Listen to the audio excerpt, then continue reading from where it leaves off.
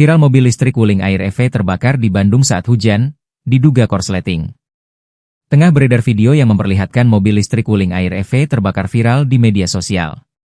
Diketahui insiden tersebut terjadi di Jalan Soekarno-Hatta, Bandung.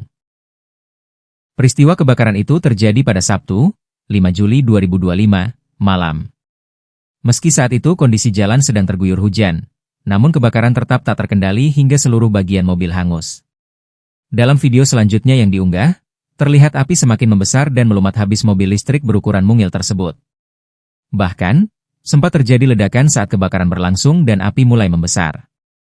Meskipun penyebab pastinya masih dalam proses investigasi, sejumlah pihak mulai menyampaikan dugaan awal terkait pemicu kebakaran tersebut.